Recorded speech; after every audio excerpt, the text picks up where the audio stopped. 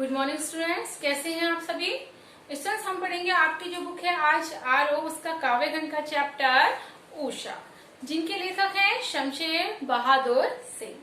तो स्टूडेंट्स आज सबसे पहले हम शमशेर बहादुर सिंह का जीवन परिचय पढ़ेंगे, साहित्य परिचय, और उसके बाद आपका जो चैप्टर है उषा उसका एक्सप्लेनेशन यानी व्याख्या पढ़ेंगे और समझेंगे।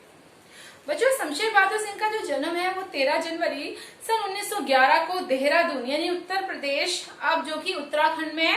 उस समय उत्तर प्रदेश में था, लेकिन अब जो देहरादून है वो उत्तराखंड में है।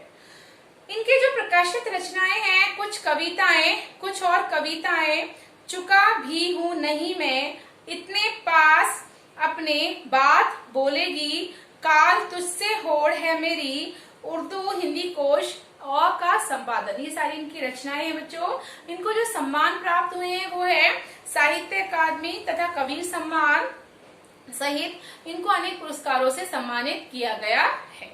बच्चों, इनका जो निधन है वो सन 1993 दिल्ली में हुआ था। खुद को उर्दू और हिंदी का दो आप मानने वाले शमशेर की कविता एक संधि स्थल पर खड़ी है।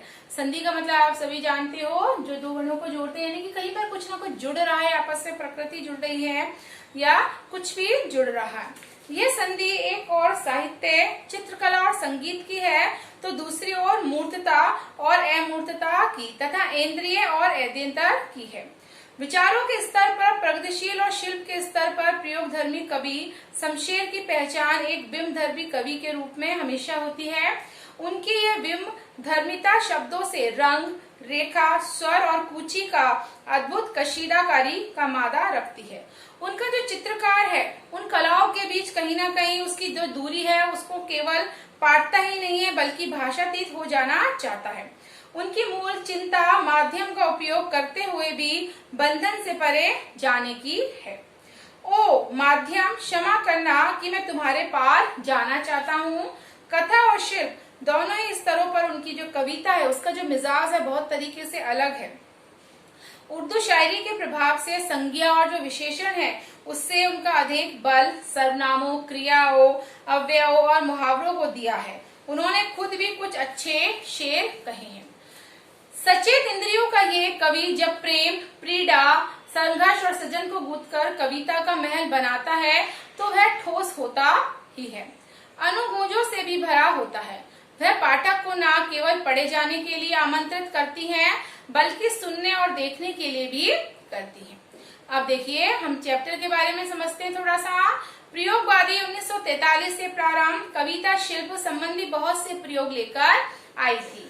नए बिंब, नए प्रतीक, नए उपमान कविता के उपकरण बने। यहाँ तक कि पुराने उपमानों में भी नए अर्थ की चमक भरने का प्रयास प्रयोक्ता कवियों ने किया।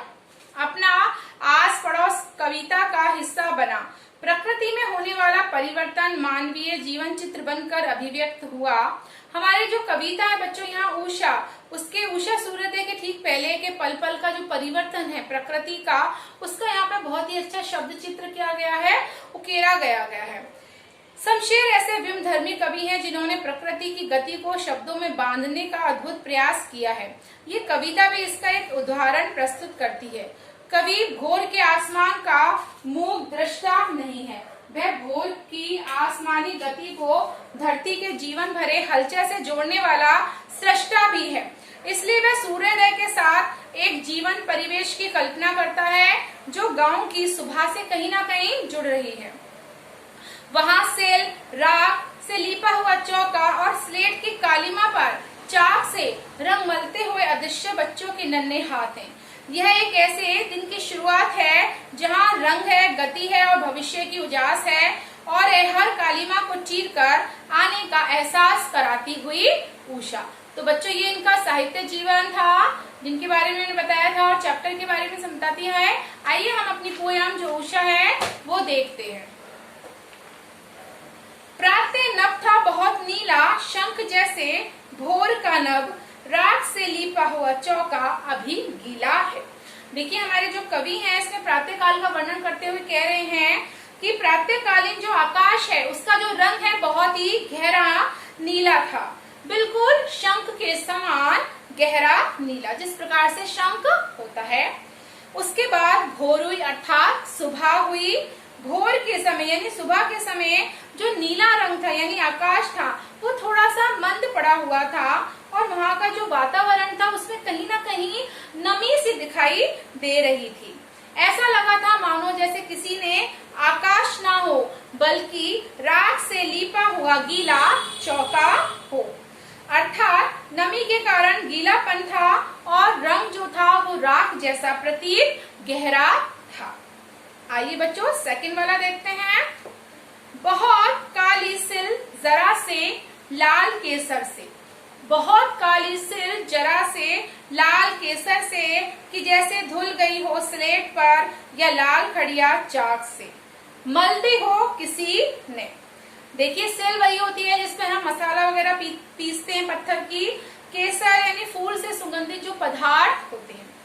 भोर के झुटपुटे और अंधेरे में और सूरज की उगती हुई जो लाली थी उसका मिश्रण जो बनता है बच्चों तो हमें ऐसा प्रतीत होता है, ऐसा लगता है मानो किसी ने बहुत गहरी काली सिल पर थोड़े से लाल केसर को पीस दिया हो या वो लाल केसर उसमें घुल गया हो। अंधेरा जो था वो काली सिल के समान है प्रतीत होता है और सूरज की जो लाली है बच्चों वो केसर के समान प्रतीत होती है। ये वातावरण उस समय ऐसा जान पड़ता है मानो किसी ने काली स्लेट पर लाल खड़िया यानी चौक मिट्टी को पोत दिया हो। अंधेरा जो है बच्चों वो काली स्लेट के समान दिखाई देता है और सूरज की जो लाली है वो लाली चाक के समान दिखाई देती है। आइए बच्चों इसका तीसरा पैराग्राफ पढ़ते हैं। नील जल में या किसी की गौर झिलमिल में। नील जल में या किसी की गौर झिलमिल दे जैसे हिल रही हो और जादू टूटता है इस उषा का अब सूर्योदय हो रहा है। देखिए भोर का समय था बच्चों उस समय और उस समय जो हमारा आकाश था वो गहरा नीला, उसमें गहरा नीला का रंग छा जाता है। ऐसा लगता है कि आकाश बहुत नीला हो और सूरज की जो श्वेत आभा है वो कहीं ना कहीं हमें दिखाई देने लगती है। तो उस समय का जो सौंदर्य है खूबसूरती है वो इस तरह से प्रतीत हो रही है मानो नीले रंग के जल में किसी गोरी सुंदर स्त्री की काया झिलमिला रही हो।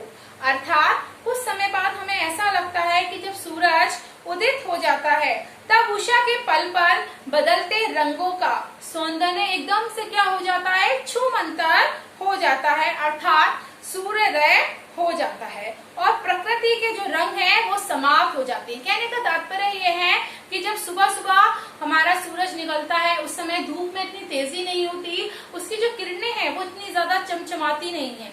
जैसे ही सूरज पूरी तरह से बाहर उदय हो जाता है हमारा प्रकृति का सुंदर दृश्य जो हमें बहुत आकर्षित करता है वो सब उसकी जो लीला है वो समाप्त हो जाती है।